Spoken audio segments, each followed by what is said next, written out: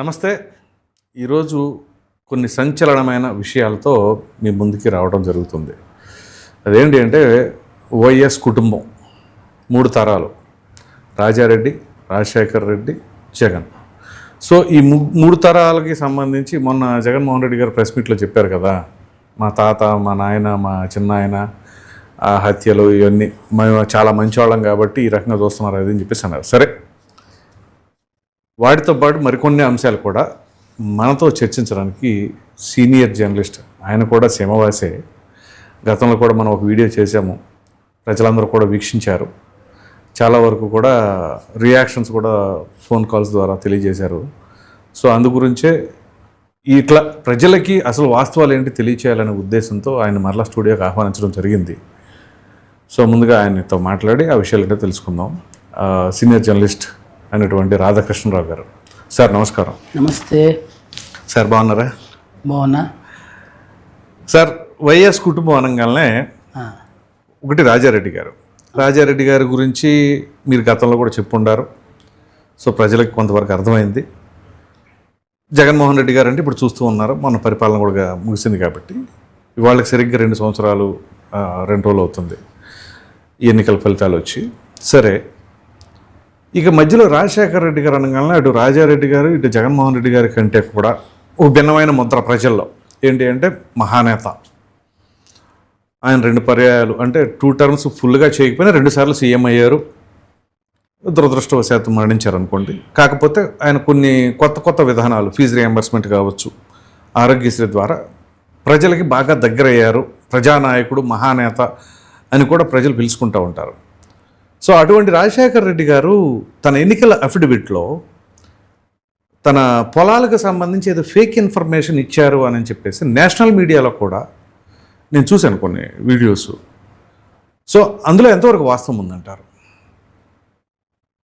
అంటే ఫస్ట్ మనం ప్రారంభించాల్సింది ఎక్కడంటే, సార్, ఇటీవల రాజారెడ్డి మనవడు, రాజశేఖర రెడ్డి కొడుకు జగన్మోహన్ రెడ్డి, ఎక్స్ ఆంధ్రప్రదేశ్ ముఖ్యమంత్రి, ప్రస్తుతం ఒక ఎమ్మెల్యే పులివెందులకి, రైట్, ఆయన తన కుటుంబం గురించి చాలా గొప్పగా చెప్పుకొని వచ్చారు. అది చూసి చాలామంది నవ్వుకున్నారు. ఎందుకు సార్? ఎందుకంటే రాజశేఖర రెడ్డి, రాజారెడ్డి కుటుంబము, వారి చరిత్ర, ఆ తర్వాత జగన్మోహన్ రెడ్డి చరిత్ర చూసిన తర్వాత చాలా అవహేళనకరమైనటువంటి అతని మాటలు.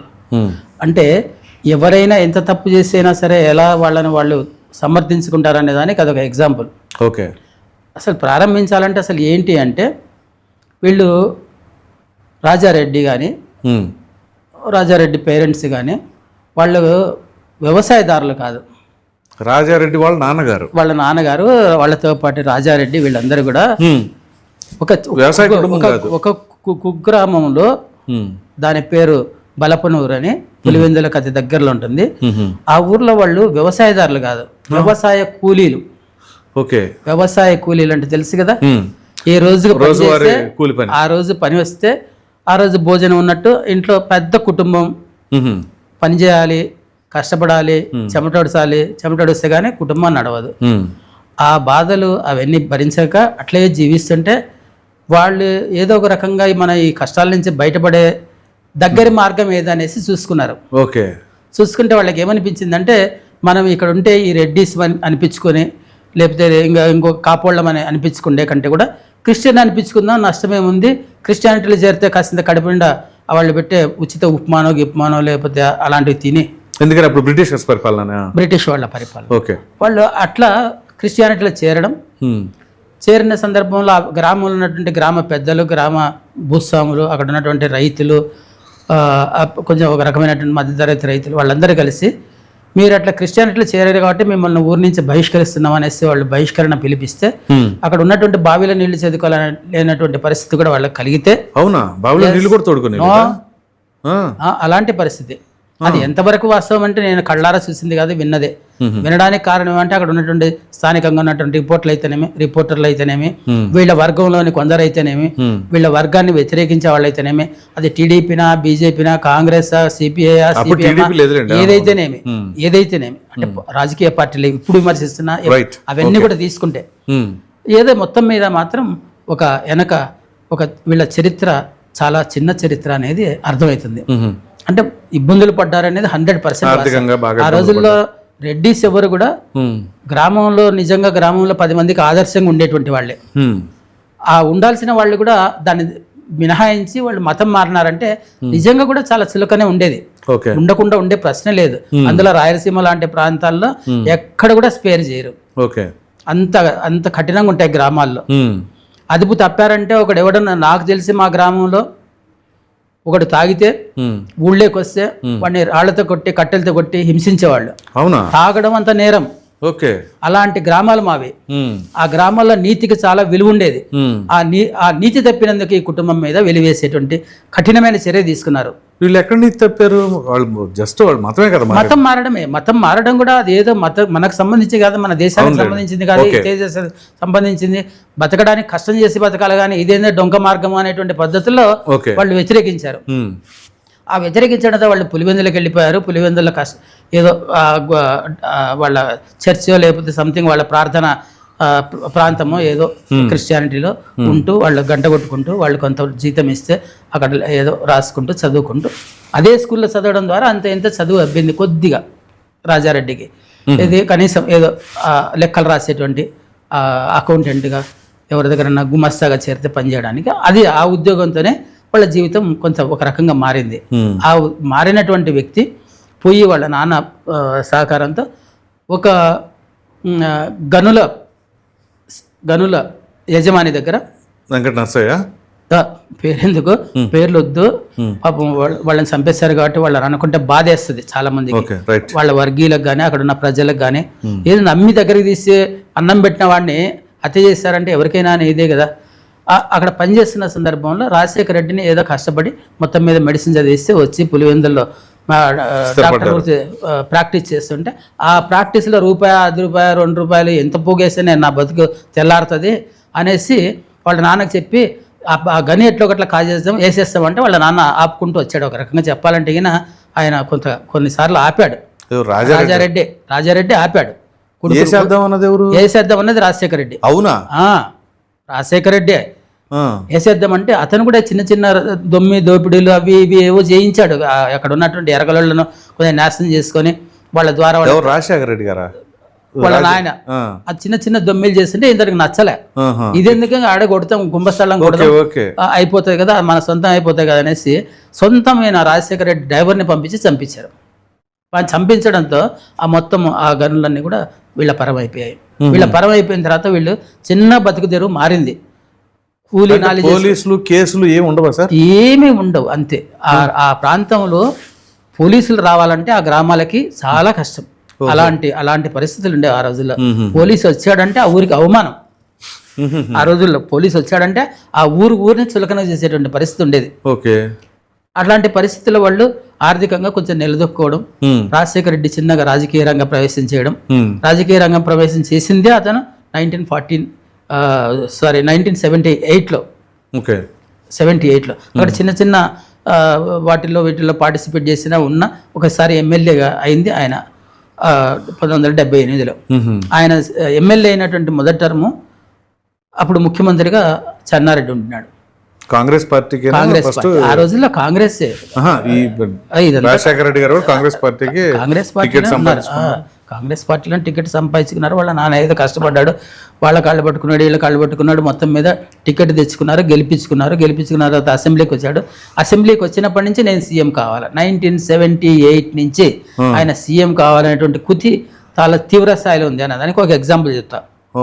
ఏంటి అంటే ఎక్కడో కడుపు చేత పట్టుకొని హైదరాబాద్కి వచ్చి బతకాలనుకున్నటువంటి రమిజాబీ భర్త ఏదో ఒక కేసులో అరెస్ట్ చేస్తే అక్కడ పోలీసులు కొడితే చచ్చిపోయారని రమిజాబీ ఆ కారణంగా హైదరాబాద్లో అల్లర్లు సృష్టిస్తే ఆ అల్లర్లు హైదరాబాద్ నుంచి నంబలిలో జరిగినటువంటి అల్లర్లు కాస్త మతపరంగా మారి ముస్లిం హిందూ గొడవలుగా చిత్రీకరించబడి దాన్ని ఆసరాగా తీసుకుని ముఖ్యమంత్రి వైపు చెన్నారెడ్డి దించాల అనేటువంటి ఒక ఎత్తుగడ ఆ రోజే ప్రారంభమైంది. ఓహో. అక్కడ నుంచి ఆయన రాజకీయ జీవితం తిరుగుబాటు జీవితమే. 78 నుంచి కష్టపడి 2004 దాకా లాక్కొని వచ్చాడు. ప్రతి సందర్భంలో ఆయన కాబోయే ముఖ్యమంత్రి అని చెప్పుకున్నాడు. ఎలాంటి పరిస్థితి అంటే వాళ్ళు ఒక దశలో వాళ్ళకి రకరకాలైనటువంటి నష్టాలు వచ్చాయి. రావడానికి కారణం వీళ్ళు వచ్చిన డబ్బును బాగానే జాగ్రత్తగా కూడబెట్టుకుంటూ వచ్చారు. హైదరాబాద్ క్రాస్ రోడ్లో ఒక పెద్ద బిల్డింగ్ కట్టారు, విజయవాడలో ఒక 2 థియేటర్లు కట్టుకున్నారు, తర్వాత పులివెందులో ఒక ఇల్లు బాగానే ఉన్నారు. అప్పటికే దశ మారింది కొంచెం. మారిన తర్వాత ఏదో ఒక రకంగా ముఖ్యమంత్రి కావాలా అనే కుతి ఏర్పడింది. ఆ కుతి వల్ల ఏమైందంటే ఏ ముఖ్యమంత్రి వస్తే ఆ ముఖ్యమంత్రి తిరుగుబాటు చేయడం, ఆ ముఖ్యమంత్రిని దించాలనుకోవడం. ఆ తిరుగుబాటు నాయకుడిగా అతనికి ఒక పేరు సంపాదించుకున్నాడు. కారణం ఏమంటే వాళ్ళకి స్వతహాగా వాళ్ళ నాన్న నుంచి వచ్చింది, తనకు స్వతహాగా అబ్బింది దౌర్జన్యం అనేటువంటి ఒకే ఒక్క గీటు రాయిని వాళ్ళు తీసుకొని ఆ రాతి మీదనే ఆ గీత మీదనే నడవడం ప్రారంభించారు. అదే రాచబాటగా మారి ముఖ్యమంత్రి అయ్యాడు అనుకున్న తర్వాత. అది ఏ దశలో అయ్యాడు ముఖ్యమంత్రి, అది నెక్స్ట్ చెప్తా. ఇట్లా జరుగుతున్న సందర్భంలో ఏపీ కార్బైడ్స్ అని ఒక పరిశ్రమ ఉన్నది, అది బాగా లాభాల్లో ఉండినది. అది వీళ్ళు కొన్న తర్వాత అది నడపడం కోసం రకరకాలుగా ఇబ్బందులు పడ్డారు. దానికోసం అనేక సందర్భాల్లో అది వేలానికి వస్తే అక్కడ సెంట్రల్లో ఒక ట్రిబ్యునల్ ఉంది. ఆ ట్రిబ్యునల్కి వెళ్ళడానికి కార్మిక సంఘ నాయకులు, అంటే నా క్లోజ్ ఫ్రెండ్, తర్వాత నాకు చాలా ఆప్తుడైనటువంటి గఫూరు, అనిల్ అనేటువంటి వాళ్ళిద్దరు ఈయన ముగ్గురు కలిసి ఢిల్లీకి పోయేవాళ్ళు. ఒకే ట్రైన్లో పోయేవాళ్ళు, ట్రైన్లో వచ్చేవాళ్ళు. పోతున్న సందర్భంలో కూడా ఆయన ప్రయాణంలో కానీ లేకపోతే అక్కడ కానీ నేను కాబోయే ముఖ్యమంత్రిని, ఇంకా రేపే ముఖ్యమంత్రి, ఎల్లుండే ముఖ్యమంత్రి అని చెప్తూ వచ్చాడు. ఎవరికో చెప్తే అంత తెలియదేమో, నా క్లోజ్ ఫ్రెండ్కే చెప్పాడు. వాడు అనిల్ కుమార్ అని ఇప్పుడు ఈ మధ్య చనిపోయాడు ఒక 1 year క్రితం కరోనాలో. వాడికి చెప్పాడు, గఫూర్ కూడా చెప్పాడు. గఫూర్ కూడా నాకు చాలా ఆప్తుడు. గఫూర్ కూడా నాతో చాలా సందర్భాలు అన్నాడు. గఫూర్ను పిలిచి అడిగినా చెప్తాడు, ఇది ముఖ్యమంత్రిని ఆ రోజుల్లో అవుతానని చెప్పాడు అన్నది. మళ్ళీ అలాంటి వాడు చివరికి ఆ ఇబ్బందులు ఎక్కడికి పోయాయంటే విజయవాడలో ఉన్నటువంటి ఆస్తులు అమ్మేశారు, థియేటర్స్ అమ్మేశారు. రాజీవ్ రాజ్ అనుకుంటా ఆ థియేటర్ పేరు నాకు ఐడియా లేదు. అది నేను కూడా చూసా థియేటర్లే. ఆ థియేటర్లో ఒక సినిమా కూడా వెళ్దాం అనేసి ఆ రోజు అయితే రష్ ఉంటే మళ్ళీ ఆ సినిమా పోలే. పక్కన అక్కడే మా మేనమామ ఇంటికి దగ్గర వాకబుల్ డిస్టెన్స్లోనే అవి. సరే పోలేదు. అక్కడి నుంచి నేను వాళ్ళు ఏం చేశారు, అది సరిపోక అప్పులు ఎక్కువైపోయి హైదరాబాద్లో ఆర్టీసీ క్రాస్ రోడ్లో ఉన్నటువంటి ఆ పెద్ద బిల్డింగ్ 3 అంతస్తులు 4 అంతస్తుల బిల్డింగ్ ఉన్నది. దాంట్లో కేంద్ర కార్యాలయాలు కూడా ఉండినవి 1-2, అవి కూడా అమ్ముకున్నారు. అవి అమ్ముకోవడమే కాకుండా చివరికి ఏ దశ వచ్చిందంటే చంద్రబాబు నాయుడిని నాకు ఇల్లు లేదు, స్థలం ఇవ్వండి అనేసి అర్జీ పెట్టుకుంటే వాళ్ళు అర్జీ దాన్ని యాక్సెప్ట్ చేయలే వాళ్ళు. అలాంటి పరిస్థితి. అంటే అతనికి ఏమీ లేకుండా అంత అప్పుల్లో మునిగిపోయాడు అన్నది 100% వాస్తవం. ఆయనే అసెంబ్లీలో తర్వాత ముఖ్యమంత్రి అయిన తర్వాత అసెంబ్లీలో తీర్మానం చేసుకుని ఆ ఇల్లు స్థలం తీసుకోవడం జరిగింది. ఆ టైంలో నేను ఓడిపోతానేమో, నేను గెలవాలి, ఈసారి ముఖ్యమంత్రి కావాలనే పట్టుదలతో నాకు అది వాస్తు బాగాలేదని చెప్పి కూతురింట్లో ఉండి తర్వాత అతను ఎన్నికల్లో పోటీ చేయడం అనేటువంటి జరిగింది. అవునా? ఆయన పోటీ చేసే సమయంలో షర్మిల ఇంట్లో ఉన్నాడు. ఇవన్నీ గుర్తులేవు జగన్కి. అవన్నీ చెల్లి లేదు, తల్లి లేదు, తండ్రి లేదు, గుర్తులేవు. అది అతను అక్కడి నుంచి గెలిచిన తర్వాత ఎలా గెలిచాడు? ఆయన మహానేతకు గెలిచాడా, లేకపోతే మహామేధావికి గెలిచాడా, లేకపోతే దాన ధర్మాలు చేసి గెలిచాడా, లేకపోతే ఏమైనా ప్రాజెక్టులు లేకపోతే అవి ఇవి సాధించి గెలిచాడంటే ఏమీ లేదు. కేవలం సిపిఐ, సిపిఎం, టిఆర్ఎస్, కాంగ్రెస్ అన్నీ కలిసి ఒక కూటమిగా ఏర్పడితే అప్పుడు అతను ముఖ్యమంత్రి కాగలిగినాడు. ముఖ్యమంత్రి అయిన తర్వాత అతను చేసింది ఏమంటే ప్రాజెక్టులు కడతా అన్నాడు. ప్రాజెక్టులు కడతాను, నీటి ఇబ్బందులు ఉన్నాయని చెప్పేసి రాష్ట్రం నలుమూలలో ఉన్నటువంటి ప్రాజెక్టులను చేపట్టి ఆ ప్రాజెక్టులు ఎంతవరకు వచ్చాయో చూస్తే ఈరోజు అర్థమవుతుంది. ఆ ప్రాజెక్టులో చుక్క గ్రామాలకు ఎక్కడ కూడా పొలాలకు చేరింది లేదు. పొలాలకు చేరడం అంటే నీళ్లు నింపడం ముఖ్యం కాదు, నీళ్లు నింపడం అనేది కుండ నింపినట్టే. అక్కడి నుంచి పంట కాలువలు తీయాలి. పంట కాలువలు తీయడానికి ఏ మాత్రం ఎక్కడ గానీ ఒక పైసా కేటాయించింది లేదు, అది చేసింది లేదు. ఎందుకంటే ఏ చింతలు లేదు. అవన్నీ తర్వాత ఆ కాలక్రమేణా అయినవి అంతే. ఆ టైంలో ఏమైందంటే ఏది ఆ అసెంబ్లీలో అతను తీర్మానం పెట్టుకొని ఆ ఇల్లు సాధించుకోవడం, ఆ ఇంటి తర్వాత అతను మళ్ళీ ఒక రకమైనటువంటి సంపాదన రావడం. వాళ్ళ కొడుకు ఇక్కడికి వస్తా అంటే వద్దు, బెంగళూరులో ఉన్నాను, ఇక్కడ వచ్చినటువంటి డబ్బులన్నీ కూడా వాళ్ళ కొడుకు కొంత మేనేజ్ చేయడం.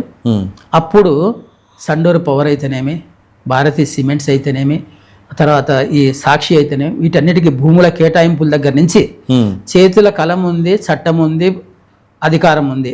దోసేయి నా రాజా అనేటువంటిది కసి ఉంది కదా, నేను ఏమి సంపాదించగలను, ఆ కసి కసి కసి ఎంత భయంకరంగా తీసుకున్నారంటే ఈ భారతదేశ చరిత్ర రాజకీయ నాయకుల్లో ఎవరు కూడా అంత విచిత్రంగా చేసి ఉండరు.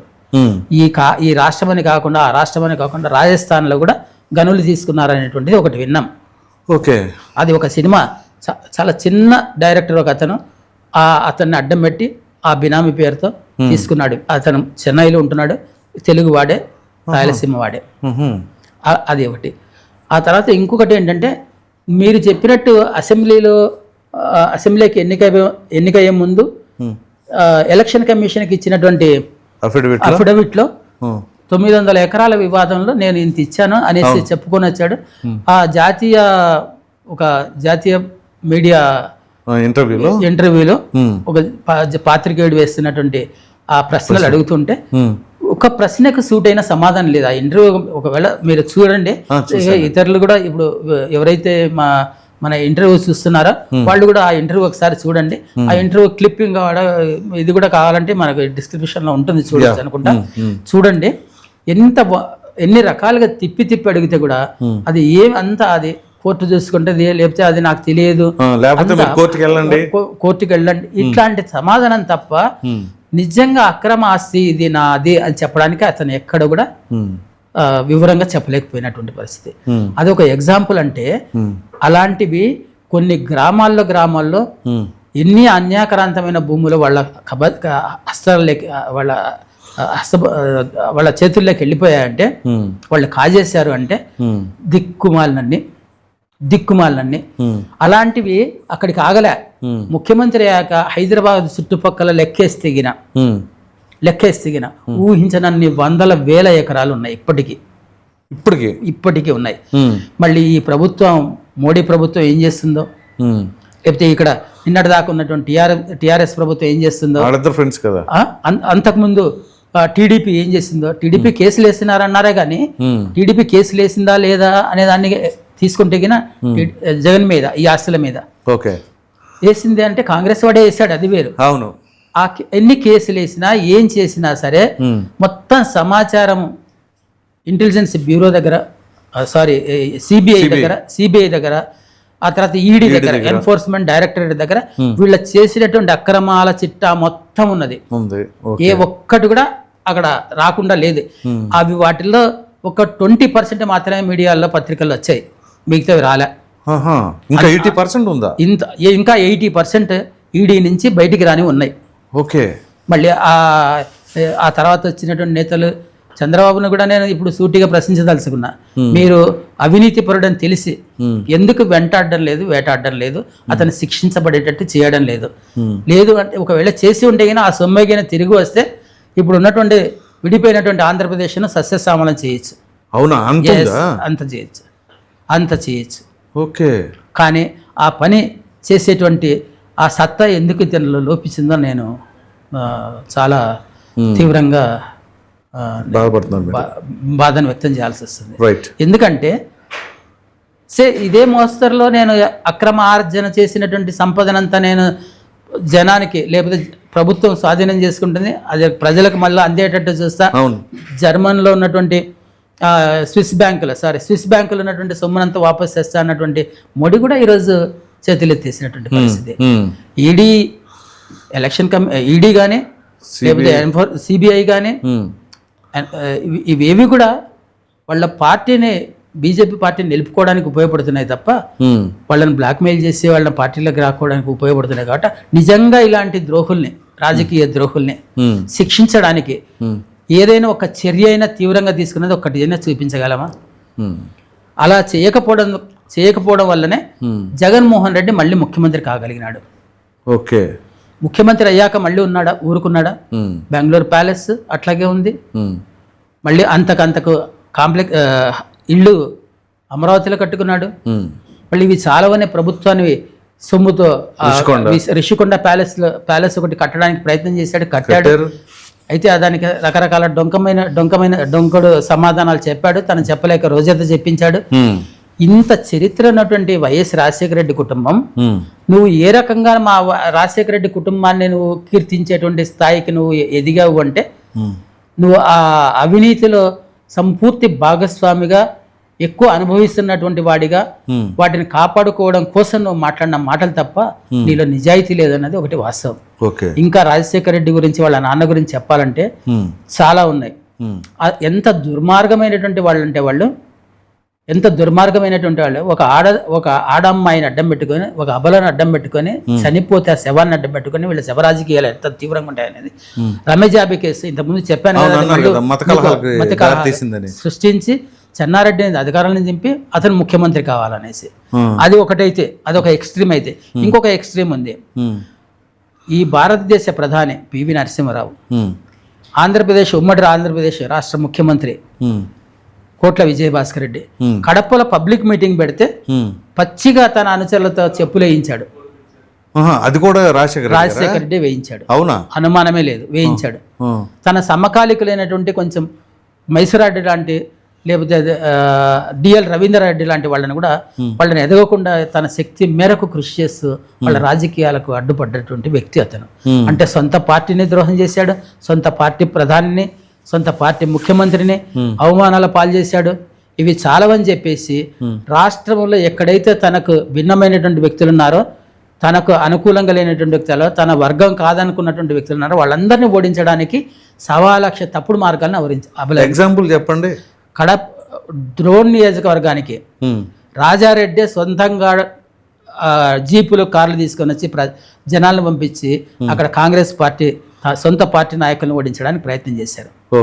ఓడించడానికి ఆ రోజుల్లో కేఈ కృష్ణమూర్తిని ఉపయోగించుకొని భాస్కర్ రెడ్డి కుటుంబాన్ని, భాస్కర్ రెడ్డిని ఓడించాలంటే నీతికి నిజాయితీకి మారు పేరైనటువంటి భారతదేశంలో కోట్ల విజయభాస్కర్ రెడ్డిని ఓడించాలనేటువంటి దుర్మార్గపు చర్య ఒకటి ఉంది చూసారా, అది ఈ సమాజం ఎప్పుడు కూడా క్షమించదు. మళ్ళీ ఏ రకంగా ఇతన్ని మహా నేత ఆ మాట ఆ పదం అలాంటి వాళ్ళ పలకాలంటే నాకు సిగ్గుచేటుగా ఫీల్ అవుతున్నా. కాదు, మహా మోసకారి, మహా మేతకారి, 100% మేతకారి, మహా మోసకారి అనేదానికి నేను ఇంతవరకు చెప్తూ వచ్చినటువంటి ఎగ్జాంపుల్స్ చాలనుకుంటా. అంటే ఇప్పుడు ఆయన అలాంటి వ్యక్తిని ఏదో చేశాడని, ఏమో చేశాడని, ఏవో ఫీజు రీఎంబర్స్మెంట్ అని, ఆరోగ్యశ్రీ అని, తర్వాత ఇలాంటివి, తర్వాత ఎన్నెన్నో ప్రాజెక్టులు కట్టాడని చెప్పేసి అతన్ని ఆకాశానికి ఎత్తేటువంటి ఈ అమాయకపు జనానికి నేను ఒకటే చెప్పదలుచుకున్నా. అయ్యా, ఆయన చేసినవన్నీ ఒక ఎత్తు అయితే, అంత సమాజానికి చేసిన ఒక పర్సెంట్ అయితే 95% ఆయన కుటుంబానికి చెందింది ఆస్తి. మిమ్మల్ని అడ్డం పెట్టుకొని ఆ కుటుంబానికి చేసుకున్నాడు. కేవలం ప్రైవేటు ఇంజనీరింగ్ కాలేజీలను దగ్గర దోచుకున్న సొమ్ము కోసం అతను ఫీజు రియంబర్స్మెంట్ ఇచ్చాడు అన్నది వాస్తవం. ఫీజు రియంబర్స్మెంట్లు చదువుకున్నట్టు నిరుపేదలంతా ఈ రోజుకి ఆటోలు వేసుకుంటున్నారు. అది గ్రహించండి. అంటే అంత పనికిమాలిన కాలేజీల్లో చదువుకున్నారు విద్యార్థులు. క్వాలిటీ లేదు. ఆయన మహానేత అనేసి నిజంగా జనం నమ్మి ఉంటే గిన మొదటిసారి వచ్చిన దానికంటే అధికంగా ఓట్లు వచ్చిండాలి, సీట్లు వచ్చిండాలి. రాలేదు. రాకపోగా బొటాబొటిగా గెలిచేటువంటి పరిస్థితి. ఆ గెలవడానికి కూడా కారణం చిరంజీవి అనేటువంటి సినిమా నటుడిని తీసుకొని వచ్చి ఎన్నికల్లో ఆర్థిక సహాయం చేస్తా అని చెప్పి టీడీపీలో ఉన్నటువంటి బలమైనటువంటి కొంతమంది నాయకులను కూడా విడదీసి వాళ్ళకి ఆశ చూపించి, ఉదాహరణకు భూమా నాగిరెడ్డి ఆశ చూపించి వాళ్ళని, అంటే నేను ఇక్కడ ఉన్నటువంటి బంజారా హిల్స్లో ఇక్కడ ఉన్నటువంటి ల్యాండ్ వివాదం నుంచి నేను కాపాడుతా, ఆ ప్రాపర్టీ నీకు చేస్తా అనేటువంటి ప్రామిస్లు చేసి అతన్ని పీఆర్పీలోకి పంపించి గెలిపించినటువంటి మహాగణుడు రాజశేఖర రెడ్డి. ఇంతటి నీచమైనటువంటి రాజకీయ చరిత్ర కలిగినటువంటి వాడు ఈ భారతదేశంలో ఎక్కడైనా ఉన్నారు అంటే ఒకసారి చూపించండి. కోస్తాంధ్రాలో ఎవరైనా నాయకుడు ఎదుగుతున్నాడు అని చెప్పేసి కానీ వాళ్ళ పైన, అంటే సొంత పార్టీలోనే ఏమైనా జరిగిన కుట్రలు ఏమైనా ఉన్నాయి మీరు చెబుతున్న దాని ప్రకారంగా? అంటే పేర్లు చెప్పడం సమంజసం కాదు, కానీ ఆయన ఒకటే ఫాలో అయ్యాడు. డబ్బు పెట్టే వాళ్ళు ఎవరున్నారు, డబ్బులు ఇచ్చే వాళ్ళు ఎవరున్నారు, వాళ్ళకి ఏ రకంగా టికెట్ ఇవ్వాలనే దాని మీదనే అతని ఫోకస్ అంతా. ఆ డబ్బులతోనే గెలిచాడు. నువ్వు అన్ని రకాలుగా చెండాడితే మొదటిసారి అలయన్స్లతో వచ్చావు, రెండవసారి చిరంజీవిని అడ్డం పెట్టుకొని వచ్చావు. ఆ చిరంజీవిని కొంతకాలానికే తన పార్టీలో విలీనం చేసేటువంటి పరిస్థితి కల్పించావు. ఇవన్నీ చూసి ఈ ప్రభుత్వము, ఈ ప్రజలు అమాయకులైపోయారు, ఏమి చేయలేరు, దండగా మారిగా నమ్మేస్తున్నారని చెప్పేసి మొత్తము ప్రకృతిలో ఉన్నటువంటి అన్ని శక్తులు కూడా ఒక్కసారి అడ్డం జరిగాయి. ప్రకృతిలో ఉన్నటువంటి అన్ని శక్తులు కూడా అడ్డం జరిగి అతన్ని మింగేశాయి. అదే పావురాలగుట్ట సంఘటన. లేకపోతే వాళ్ళ కొడుకు వచ్చి బయటకు వచ్చి మా నాన్న రియలెన్స్ వాళ్ళు చంపారు, సోనియా గాంధీ చంపించింది అనేసి జనాన్ని రెచ్చగొట్టి పెట్రోల్ పంపులు పగలగొట్టిందంతా నిజమే అయితే గిన వాటి అడ్డం పెట్టుకొని సంతకాలు చేపించింది నిజమే అయితే గిన, నేను ముఖ్యమంత్రి కావాలని చేపించింది నిజమే అయితే గిన, అతను ఖచ్చితంగా జనాన్ని మోసం చేసేవాడే కానీ నిజమైనటువంటి నాయకుడైతే కాదు. అంటే వాళ్ళ తాత మోసగారితనం, తండ్రి డబల్ మోసగారితనం, ఇతను ట్రిబుల్ టైపు మోసకారిగా మారి ఈ సమాజానికి చెడు ఎంత చేయాలని అంత చెడు చేశారనేది వాస్తవం. అంటే మధ్యలో వివేకానంద రెడ్డి గారి పాత్ర ఏంటి ఇందులో? వివేకానంద రెడ్డి గారు ఇప్పుడు సింపుల్, వాళ్ళ జేనాన్నకు అడ్డం వచ్చిన వాళ్ళందరినీ ఆయన చంపుకుంటూ పోయాడు. అధికారంలోకి రాగానే పరిటాల రవిని సొంత పార్టీ ఆఫీసులోనే గుండాలను పంపించి పోలీసుల సమక్షంలోనే చంపించారు. అంటే వాళ్ళ గారికి కూడా వీళ్ళలేదు, 100% వెళ్ళాం, 100% వెళ్ళాం. అట్లా అంటే వాళ్ళ ఉద్దేశం ఏమంటే పరిటాల రవే రాజారెడ్డిని చంపించాడు అనేది వాళ్ళ అందుకే చెప్పుకుంటాడు, మా నాన్నని చంపిన వాళ్ళని కూడా నేను ఏమి చేయలేదు, కేసులు కూడా పెట్టలేదు. అదే అసలు కారణం. కేసులు పెట్టడంలో అగ్రగణ్యుడు చంద్రబాబు నాయుడు కూడా ఇంత పెద్ద చిట్టా పెట్టి కేసులు ఇచ్చి మళ్ళీ తర్వాత విత్డ్రా చేసుకోండి. ఎందుకు విత్డ్రా చేసుకోండి ఈ ప్రపంచంలో ఎవరికి తెలియదు. వాళ్ళ చంద్రబాబు ఏమి ఇచ్చాడో ఆయన ఏం తీసుకున్నా మాకు తెలియదు. అంతే. మళ్ళీ అంత కేసులు వేసిన వాడు ఎందుకు విత్డ్రా చేసుకున్నాడు? పోనీ ఇలా ఆయన చేసుకున్నాడు ఏదో అనుకుందాం. విజయమ్మ కూడా వేసి విజయమ్మ కూడా ఎందుకు విత్డ్రా చేసుకుంది చంద్రబాబు మీద? పోనీ జగన్ అవినీతి పరుడు అన్నాడు, వచ్చినాక జైల్లో పెట్టినాడు. ఆ జైల్లో పెట్టినట్టు ప్రూవ్ చేయాలి కదా. ఏం వేటిలో ఎంతెంత సంపాదించింది, నీ మీద ఏ రకమైన చిట్టా వచ్చిందా, ఆ చిట్టా తీసి కేసులు వేసి ఆ కేసుల్లో నువ్వు ఎందుకు చేసిండకూడదు? కాంగ్రెస్ ఉన్నప్పుడు నిన్ను చేశారన్నావు, ఆ జగనే చంద్రబాబే చేయించాడన్నావు. మళ్ళీ చంద్రబాబు చేయించినప్పుడు నువ్వెందుకు చేయించలేదు? 2 రోజులు ముచ్చట పెడితే అయిపోయిందండి. ఈ మాదిరి 16 నెలలన్నా పెట్టించాలి కదా జగన్ చంద్రబాబు. ఎందుకు పెట్టించలేమంటే నీకు లేవు, ఎవిడెన్స్ లేవు, నీ దగ్గర ఏమీ లేకుండా ఆరోపణలు చేశావు. ఆధారాలు ఉండాలి కదా. ఇప్పుడు ఆధారాలు ఉంటే ఇతను చేయలేదని ఆధారాలు ఉండింటే పోనీ చంద్రబాబు కథ వదిలేస్తాం. జగన్ గా నేను చేయలేదు, నేను సత్యచంద్రుడు అన్నింటికి ఈ రోజు కూడా ఇంకా ఎందుకు కేసులు పెండింగ్లు ఉన్నాయి? డిశ్చార్జ్ పిటిషన్లు వేసుకుంటున్నారు. ఇంకా ఎందుకు డిశ్చార్జ్ పిటిషన్లు ఎందుకు వేసుకుంటున్నావు? తేల్చుకోను, కడిగిన ముత్యంలాగా బయటికి రా. అదే కదా కోరుకుంటుంది ప్రజలు కూడా. ప్రజలు కూడా కోరుకుంటారు కదా. అందుకోసం ఈ 3 తరాల యొక్క దుష్ట శక్తుల యొక్క వాళ్ళ యొక్క ప్రవేశం వల్ల రాజకీయం అన్నది ఈ రాష్ట్రంలో అదొక కలుషితం అయిపోయింది. కలుషితం అంటే ఎంత భయంకరమైన కలుషితం అంటే డబ్బుల ద్వారా కలుషితమైంది, హత్యల ద్వారా కలుషితమైంది, కుట్రల ద్వారా కలుషితమైంది. దీన్ని మళ్ళీ సరిదిద్దడం అన్నది చంద్రబాబు కాదు కదా. చంద్రబాబు లాంటి వాళ్ళు, పుచ్చలపల్లి సుందరయ్య లాంటి వాళ్ళు పుట్టిస్తే కూడా దాన్ని సరిదిద్దలేరు. అవునా? పుచ్చలపల్లి సుందరయ్య లాంటి పుట్టినటువంటి ఆంధ్రప్రదేశ్ ఈ రోజు వీళ్ళ చేసిన చేష్టాలకి నీతిపరుడు అంటే నవ్వేటువంటి పరిస్థితి ఉంది. ఇంకొకరి పేరు చెప్పండి, కోట్ల విజయభాస్కర్ రెడ్డి తర్వాత పుచ్చలపల్లి సుందరయ్య తర్వాత ఇంకెవరన్నా నీతిపరులు ఉన్నారా చెప్పండి రాజకీయాల్లో? ఉండొచ్చు కింద, అసలు నీతి మొత్తం చచ్చిందని చెప్పడానికి లేదు, జనంలో ఉన్నారు నీతిపరులు. కానీ మీరు చెబుతున్నటువంటి తప్పుడు ప్రాపగాండా పెద్ద స్థాయిలో లేరు. మీరు చేస్తున్నటువంటి తప్పుడు ప్రాపగాండా, మీరు చేస్తున్నటువంటి తప్పుడు విధానాల వల్ల మేత పోయి నేతగా మారాడు. మేత అనేటువంటి వ్యక్తి నేతగా మారినటువంటి పరిస్థితి. దాన్ని ఈ సమాజంలో అది లేకుండా చేయగలిగేటువంటి స్వచ్ఛమైనటువంటి రాజకీయాలు రావాలనేటువంటిది నాలాంటి జర్నలిస్టుల బాధ్యత. ఆ బాధ్యతను మేము భుజానం మోయడానికి సిద్ధంగా ఉన్నాం. మాకు సహకరిస్తే ఎంత ఎంత సహకారం అనేది తీసుకోవడానికి సిద్ధంగా ఉన్నాం. అయితే ఇక్కడ ప్రభుత్వాలు కావచ్చు, వ్యక్తులు కావచ్చు, మీడియా సంస్థలు కావచ్చు. రైట్. అయితే ఇప్పుడు మీరు చెప్పిన దాంట్లో పరిటాల రవి అనే వ్యక్తి రాజారెడ్డి గారిని చంపాడు అని చెప్పేసి ఆయన మీద అటాక్ చేశారు కాబట్టి యాక్చువల్గా ఇప్పుడు పెద్ద పార్థసారథి రెడ్డి గారు ఉన్నారు కదా, అవును, వాళ్ళే అటాక్ చేసామని ఓపెనింగ్ గానే చెప్తా ఉన్నారు కదా. పార్థసారథి రెడ్డిని ఎన్నిసార్లు కత్తులతో నరికితే ఆయన ప్రాణాల నుంచి బయటపడ్డాడో అక్కడ ఉన్నటువంటి పులిందులో ఉన్నటువంటి ప్రతి వ్యక్తికి తెలుసు. ఆయన కూడా బయటకు వచ్చి చెప్పారు ఆయన దాడిలో పాల్గొన్నాడు అన్నది వాస్తవమే, అనుమానం లేదు. ఎందుకు పాల్గొన్నాడంటే ఇతన్ని ఎన్నిసార్లు చంపాలనుకున్నారు మీరు?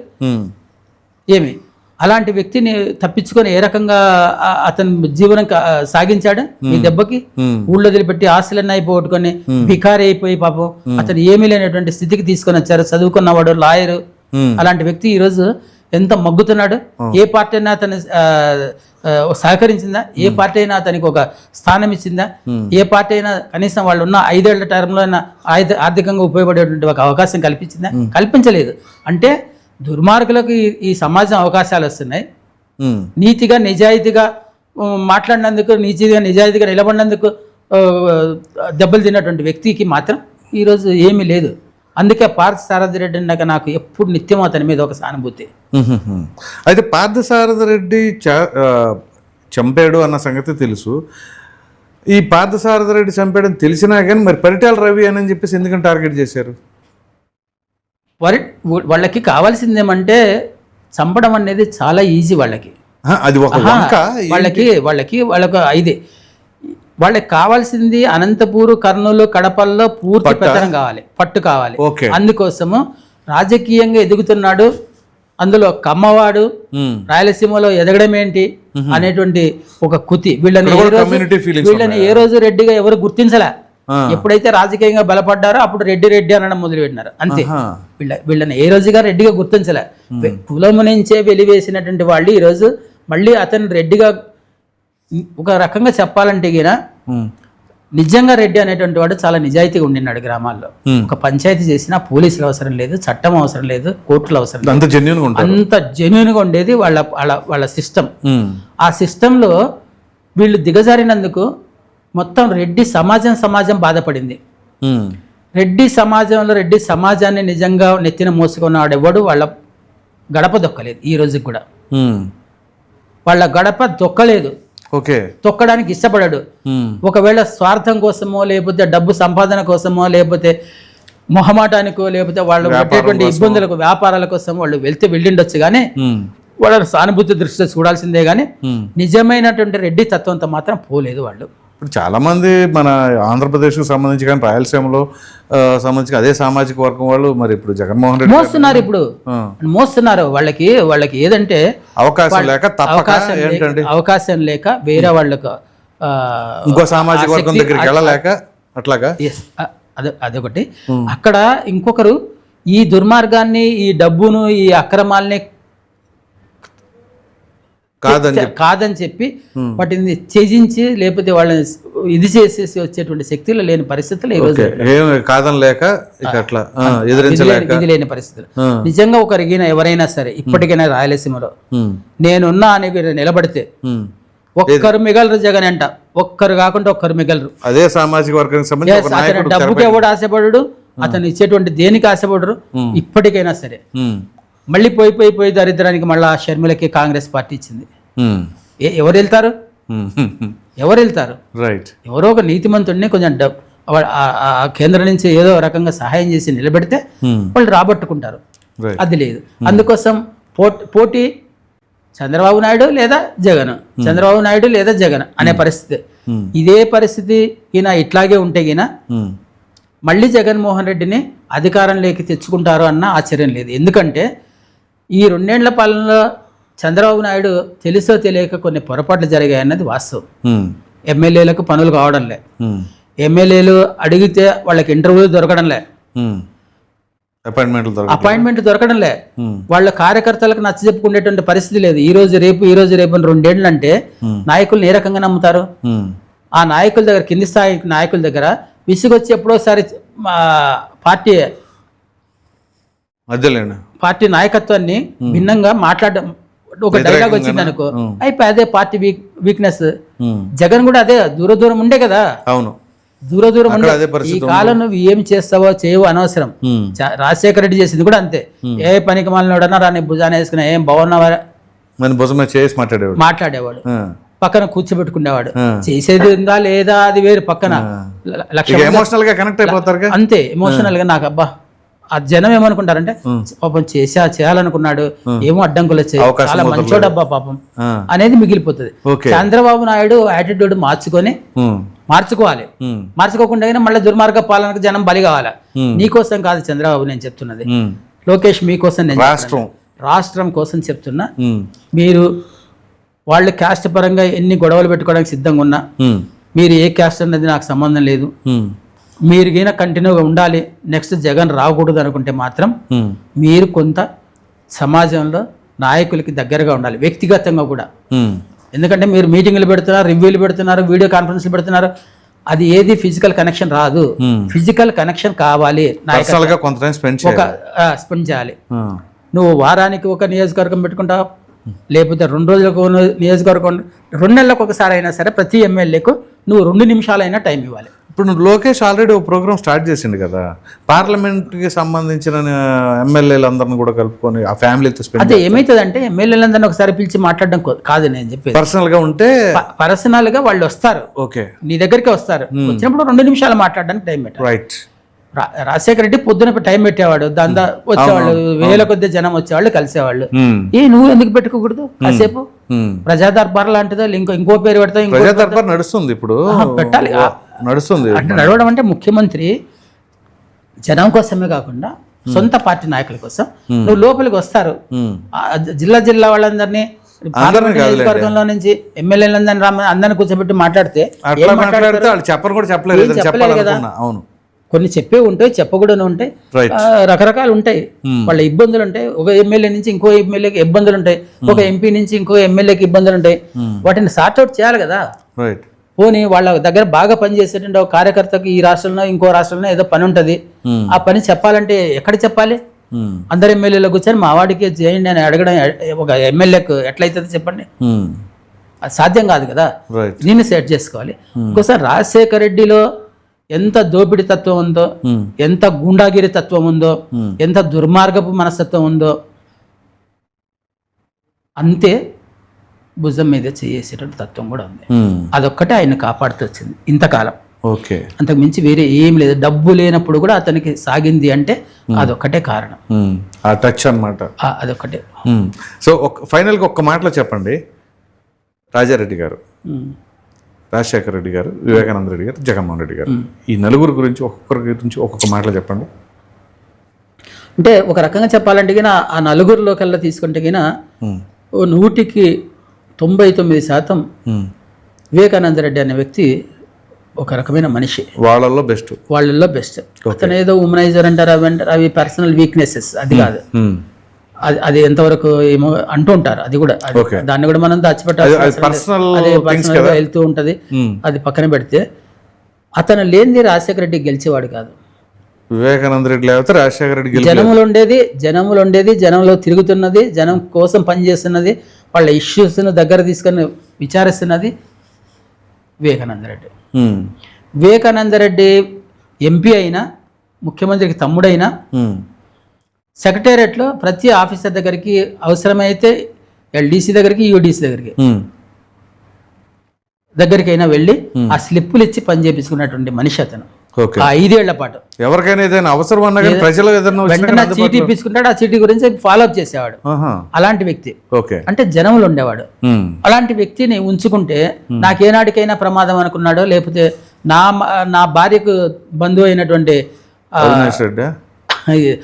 అవినాష్ రెడ్డికి బాధపడతాడనో, లేకపోతే మా భార్య బాధపడుతుందనో, మొత్తం మీద అతని కోసం ఇతను చంపారు. అది భార్య ప్రోత్సాహమా, లేకపోతే భాస్కర్ రెడ్డి వాళ్ళ చిన్నాయన ప్రోత్సాహమా, లేకపోతే సిబిఐ దగ్గర ఉందిలేండి కేసు, ఆ కేసు అవన్నీ బయటికి ఎందుకు రావు? ఇవన్నీ ఇప్పుడు సామాన్య వ్యక్తులు ఏదైనా చిన్న మర్డర్ ఇంకోటి జరిగితే వాడు మరుసటి రోజుకి అరెస్ట్ అయిపోతాడు, సంవత్సరానికి వాడికి శిక్షలు పడిపోతుంటే ఇది ఇంత పబ్లిక్ గా నారాసుర రక్త చరిత్ర అని రాసిన తర్వాత కూడా నేను నారాసుర రక్త చరిత్ర కాదని ఇది మీ చరిత్ర ఎందుకు ప్రూవ్ చేయలేడం లేదు. ఇప్పుడు చేయాలి కదా, ఆ రకమైన ఒత్తిడి నువ్వు కేంద్ర ప్రభుత్వంలో నువ్వు అనుకూలంగా నీ టీడీపీ యొక్క సహకారంతో ప్రభుత్వం నడుస్తుంది, ఏదో ఒకటి చేయాలి కదా, రాష్ట్రానికి మంచి చేయాలి కదా. మంచి చేయడం అంటే నీళ్ళు ఇవ్వడం, రైతులకు సహాయం చేయడం, నిధులు ఇవ్వడం, నిరుద్యోగులు సహకరించడం, ప్రాజెక్టులు ముందుకు తీసుకెళ్లడం, మా తర్వాత రాజధాని నిర్మాణం, వీటితో పాటు అది కూడా చేయాలి కదా. లా అండ్ ఆర్డర్ కూడా నువ్వు నిజాయితీగా పరిపాలిస్తున్నావు, ఇట్లా క్రూరమైనటువంటి వ్యక్తులకి సహించడు, ఖచ్చితంగా ఎంటబడి శిక్షలు వేయిస్తాడు అనేటువంటి పేరు తెచ్చుకోవాలి కదా. రైట్. అది వివేకానంద రెడ్డి గారి గురించి చెప్పారు. రాజారెడ్డి గారి గురించి ఒక మాటలో. రాజారెడ్డి గురించి చెప్పాలంటే రాజారెడ్డి ఒక ఆ రోజుల్లో నాటుతనం, మోటుతనం, తర్వాత దౌర్జన్యం, ఒక కొన్ని కులాలను దగ్గర చేయడం, ఆ కులాలకి ఏదో ఎరవేయడం, వాళ్ళకి మందు దాపడం, కాస్త అది చేయడం, చిన్న దొమ్మిలు, దోపిడీలు, ఎన్ని ఆ కష్టాల నుంచి బయటపడడానికి, ఆ కష్టాలు మేము పేదోళ్ళం కాదు అనిపించుకోవడానికి ఎన్నెన్ని పనులు చేయాలనో అన్ని పనులు చేశాడు. మేము చదువులేని వాళ్ళగా గుడిలో గంట కొట్టేవాళ్ళం కాదు, మా కొడుకులు మా పిల్లలు డాక్టర్లు అయినారని అనిపించుకోవడానికి, మేము రాయల్ ఫ్యామిలీ, మేము పెద్దారెడ్డిస్ అనిపించుకోవడానికి ఏమేం కావాలనో అవన్నీ చేశాడు. రాజశేఖర రెడ్డి దాన్ని నిలబెట్టుకోవడానికి ఎట్లా, మేము ఒక ప్రాంతం కాదు, నేను ఒక ఎమ్మెల్యేని కాదు, ఒక ఎంపీని కాదు, 4 సార్లు ఎంపీ గెలిచాడు, ఒక 5 సార్లు ఎమ్మెల్యే గెలిచాడు, ఇక్కడికి కాదు, నేను ఒక ముఖ్యమంత్రిని కావాలి, ఏది ఏమైనా సరే మైండ్ లో వేరే లేనే లేదు అతనికి, అదే ఉండేది, అదే రకంగానే చేసేవాడు. ఇంకొక వీళ్ళ యొక్క చరిత్రలో మరపురాని ఘట్టం ఏముందంటే రాజశేఖర రెడ్డి చరిత్రలో, రాజశేఖర రెడ్డి యొక్క నోరు ఎంత దుందుడుకు నోరు అంటే, నోరు కూడా పచ్చి బూతులు వచ్చేవి, బూతులు వచ్చేవి. పాత్రికేయ సమావేశం జరుగుతుంటే కడపలో, ఇది ఈనాటిది కాదు, దాదాపు 28 ఏళ్ళు 30 ఏళ్ల క్రితం కథ ఇది. ఆయన పోయే దాదాపు ఇప్పుడు 17 సంవత్సరాలు, 30 ఏళ్ల క్రితం కథ. ఓకే. అక్కడ ఆ రోజుల్లో ఉన్నదే మొత్తం జిల్లా హెడ్ క్వార్టర్లో 7-8 మంది జర్నలిస్టులు. వాళ్ళని కూర్చోబెట్టుకుని మీడియాలో మాట్లాడుతూ ఏదో ఒక ప్రశ్న అడిగాడని చెప్పేసి, తనకేదో మనసు నచ్చుకుందనేసి, ఏదో ఒక వార్త రాశాడని, ఆ వార్తలో ఒక లైన్ ఈయనకు వ్యతిరేకంగా ఉందని చెప్పేసి 100 బూతులు తిట్టి, తలకాయ తీసి నీ మెడకాయ తీసి ఊరాకిలు కడతా అనేసి అంత దారుణంగా తిట్టాడు అంటే అతని మనస్తత్వం అంచనా వేయలేరా? ఈ కాలం జర్నలిస్టుల బహిరంగంగా తనే పిలిచి, తనే ప్రెస్ కాన్ఫరెన్స్ పెట్టి, ఆ ప్రెస్ కాన్ఫరెన్స్ లో తన అనుచరులు ఉంటారు, వాళ్ళు ఉంటారు, వీళ్ళు ఉంటారు. ప్రెస్ కాన్ఫరెన్స్ అంటే ఏదో రూమ్ లో కూర్చోబెట్టి మాట్లాడడం కాదు, పల్లెల్లో ఏముంది ఆడే కూర్చొని. అవును, అదొకట. ఈ ఇంకొక ఎగ్జాంపుల్ చెప్పాలంటే ఈ భారతదేశంలో ఏ ఉత్తమోత్తములు అంటే పుచ్చలపల్లి సుందరయ్య, లేకపోతే ఇంకోరా గాంజా, నెఫ్రా, లేకపోతే ఇంకోరా పక్కన పెడితే వాళ్ళ డెడ్ బాడీ పెట్టినటువంటి ప్రాంతం పులివెందుల్లో, ఆ ప్రాంతాన్ని ఎన్ని ఎకరాలది? అది ఎన్ని ఎకరాల ప్రాంతం ఎక్కడైనా ఒక సమాధికి ఉందా అండి? ఉందా? ఇప్పుడు ఎన్ని ఎకరాలండి అది? చూడాలి, దిక్కుమాలంతా. అదేంటండి, అది పరిస్థితి. రైట్. అంటే వాళ్ళ యొక్క అత్యాశకు ఇది ఒక ఎగ్జాంపుల్గా చెప్తున్నా చివరిలో. రైట్. ఇక ఫైనల్గా జగన్మోహన్ రెడ్డి గారి గురించి ఒక మాటలో. మొన్నే కదా అంతా మాట్లాడుకున్నాం. ఇప్పుడు నేను బేరీజ్ వేస్తారు కదా, కంపారిజన్ జనరేషన్స్ పరంగా. ఓకే. అంటే వాళ్ళు పాలన తీరు ఎట్లుందంటే, రాజశేఖర రెడ్డి ముఖ్యమంత్రి అయిన వెంటనే ఫస్ట్ రివ్యూలోనే ఏదో చెప్పాడని, అప్పుడు ఆరోగ్య శాఖ ప్రిన్సిపల్ సెక్రటరీ పేరు గుర్తు చేయడం, ఆయనని బలేరావులే, ఆయన్ని వెంటనే సస్పెండ్ చేయడం. అంటే అర్థం ఏంటంటే, నా నోటి నుంచి వచ్చిన మాటకి ఎవడైనా ఏమన్నా అంటే మీ కథం మీరు, అంటే నేను ఏం చేసినా మీరు కళ్ళు మూసుకొని సంతకాలు పెట్టండి అంతే అనే దానికి ఆ కొట్టుడు కొట్టాడు. సేమ్ అదే జగన్ వచ్చిన తర్వాత నీకు ఎన్నికల కంటే ముందు నీకు అంతో ఇంత ఉపయోగపడినటువంటి ఎల్వి సుబ్రహ్మణ్యం గారు చీఫ్ సెక్రటరీగా తీసుకున్న ఫస్ట్ సమావేశాలనే అతన్ని అవమానపరచడం, ఆ తర్వాత అతన్ని ఎత్తేయడం రెండు జరిగాయి. అంటే తండ్రి రాజారెడ్డి అనుసరించినటువంటి విధానాలని డబుల్ చేశాడు రాజశేఖర రెడ్డి. రాజశేఖర రెడ్డి యొక్క దుర్మార్గాల్ని లేకపోతే దుర్మార్గపు చర్యల్ని, మాట తీరు అవన్నిటిని 100 టైమ్స్ చేశాడు జగన్. అబ్బో 100% తీసుకుపోయాడు. అది పరిస్థితి. Right sir, thank you. Okay, thank you.